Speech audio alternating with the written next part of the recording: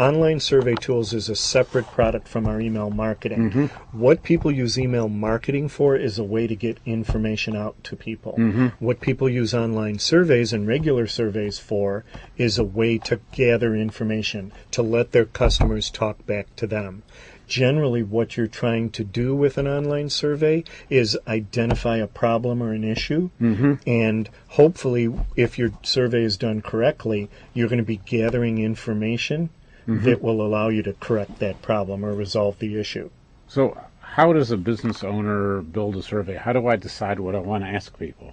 Well, again, I look at a survey as most often focusing on one issue. If you can limit a survey to one issue, then usually in a short amount of time, you can gather all the information you need that will help you to solve that problem. So a good place to start is, what is the problem? The next thing you might want to find out is, who can I go to on my list that can help me identify what the problem is and how to solve it?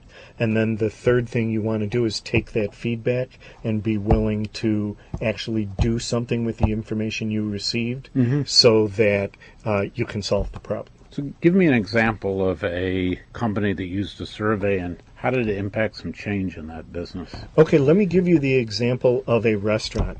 And you've probably had this happen to you. You've gone to dine in a restaurant and you signed a card that included your email address, and then within the next day or two after you've dined at that restaurant, you've got an email with a survey asking you to rate the wait time, how you were treated by the hostess and the bartender, whether the server did a good job and was attentive, how was the food.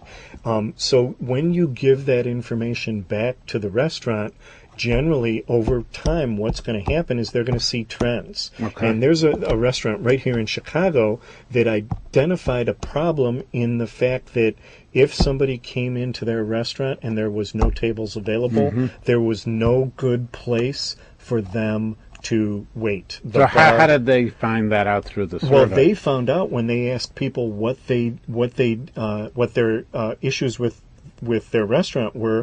One of the biggest issues was they were waiting for a table, but they had nowhere to stand and wait.